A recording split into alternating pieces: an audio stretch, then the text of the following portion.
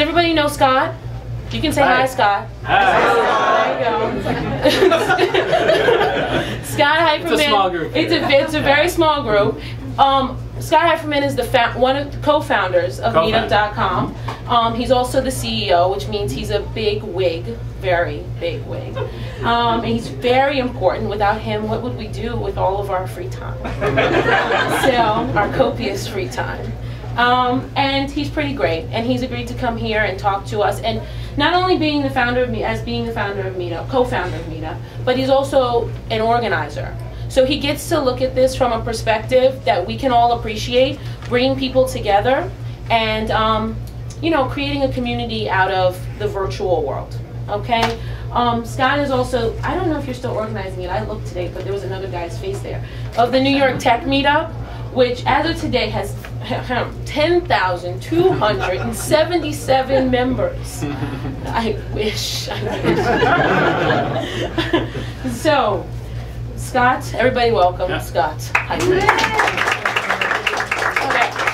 If any of you have ever met me before, I talk a whole lot, so I'm going to practice not doing that today. I'm just going to ask questions and let him do all the talking. Scott, tell us why you founded Meetup. Oh, because founded Meetup because, you know, the internet does this, you know, is this wonderful thing, but it wasn't connecting people in real life, face to face. You know, people were just sitting in front of screens too much, and you know, the story, the quick version of the story, some of you may haven't heard it. You know, Meetup is directly a result of 9/11, because I was living here in New York City, and at Broadway, and near Broadway in Houston, near where Meetup HQ is right now. And you know, when the towers fell, any of you guys in New York back then? Oh, yeah. And you know, there was a real sense of neighborliness in the city. You know, it felt like a city of neighbors, not just a city of strangers. People were, you know, saying hi to you in your apartment building more. They'd say hi to you in your elevator a little more. And people on the street, there'd be a little more eye contact, people looking out for each other. And I never thought about local community or cared. I was kind of wrapped up in the whole internet world, and so the inspiration for Meetup is to how to use the internet to get people off the internet and forming real local community. And so, you know, so we built it, and here we are. It's all on, you know, we just make the site, the technology, but it's all about the organizers who always make it happen. We should applaud that, because it really is. You know. I'm going to read something to you. Now, I was looking up today. The number changes all the time. Meetup has 6 million visitors a month, 5.7 million members, 2.5 million RSVPs, 179,000 monthly meetups, 5,956 meetups just here. Say that again? Which one is just groups? Here? The 5,000? Yeah. Yeah, something like that. Yeah, right here in New York. 5,956 local groups, 8,340 topics, which, by the way, is probably up to like 900 now, because now you can create your own topics. If you didn't know that, go ahead, because I did like 3 this week. Anyone not know what a topic is? It's okay. Anyone not know what a topic is? Okay, good, most of you. Well, he'll tell you in a minute, because he's like the answer man. No, but that was good. Only one person raised their hand. But it has over 8,000 topics in over 100 countries, 11,507 cities. Did you ever think it would get this big? Wow. Well, no, actually, no. You know, Meetup's the first thing I've ever done in my life where it gets more and more interesting over time. You know, my whole thinking when we were starting, everything we thought people were going to use it for, they didn't really use it for, and what you do use it for are things we hardly imagined for real. Like, you know, we thought it was going to be used for, that it was going to be sort of a small thing of fans of bands and kind of fan clubby type stuff. You know, we didn't know what it would be. And I mean, lo and behold, it has so much more potential than you imagine. We never even thought about politics, or we never thought about the notion of just, you know, like support groups, the way a lot of you are using it. And so you know, when you start something, you always kind of have some vague dream of it being big. But you know, I really think we're just getting started. I mean, Meetup is you know, you guys are really in still the early days of it, and those numbers are impressive and all, but still, I mean, how often when you say Meetup to someone, do they even know what it is? Not many. I mean, we have all these people, but still, it's relatively unknown. Well, it's gonna just grow and grow and grow, and you guys are the the pioneers in it. I mean, I'm really excited about it, and we're so no, we didn't imagine it would be like this, but now we're really imagining. We're saying, hey, there can be a meetup everywhere about everything, and you know what? Only 40% of the 40 to 50% of the meetup groups are even like really going and active and successful according to the way we measure it, and that's got to be way higher. So imagine if there weren't just 28,000.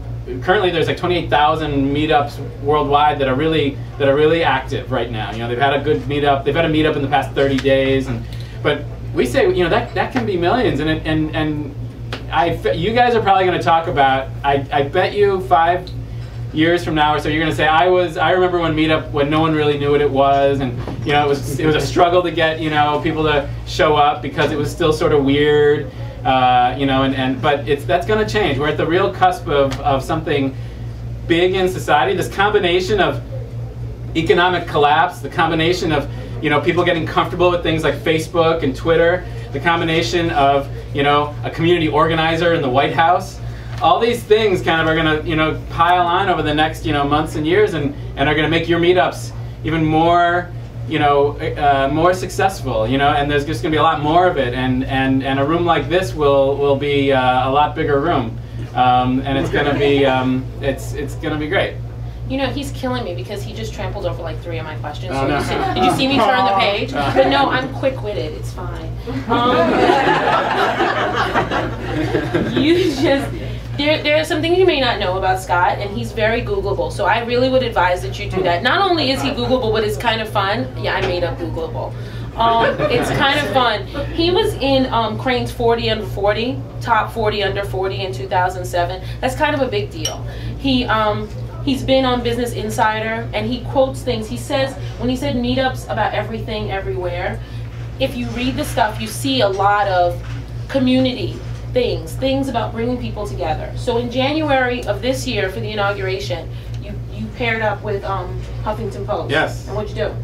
Well, I actually have I wrote some notes on a scrap of paper. And look what it is. You know what we did? I don't know if any of you heard this. We did this crazy thing, which was we decided that what's Meetup all about? It's about people talking to other people and breaking down the barriers of us kind of like living in front of screens and living with the iPod headphones in our ears and not really connecting with community. So we saw that that the inauguration was going to be one of the biggest gatherings of people in history. And we were afraid people were just going to stare at the screen, of Obama reading his oath. And we said, why don't we get with the Huffington Post and we handed out 500,000, half a million of these "Hello, my name is" stickers. That, get this, and I didn't come up with this line. It was great. It says, "Hello, my fellow American, my name is." And we handed out 500,000 of these with 100,000 pens, and people wrote their names, and then on the back it gives a little guide for how to create local community groups with Meetup.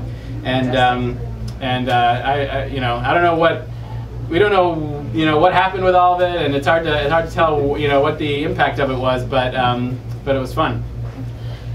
The idea that you want to bring people together is going to. And I should say there were some. Are there any we had organizers get on a bus with us and help hand them out. You got an email about that. Did you read it? I mean, you all don't read my emails, but maybe you read his. Did you read it? No. It was an email about that, and they took organizers down there. And to me, the whole idea is very interesting because when you say that, that's a creative way to bring people together. And as organizers, you're going to have to do that all the time because otherwise you have 75% no-show rate, which we'll talk about later. Boo hiss to no-shows. Now, you just came back from Iraq, not just, but recently. And in terms of bringing people together, the soldiers in Iraq are as far away from us as people could possibly be. Your trip there was focused on not only bringing them together, but bringing them together with the people they have here, their loved ones here. Yeah, well, actually, that was part of it, the main thing, and I don't want to take a lot of time on this, so I'll make this short. Happy to talk with anyone after about this, but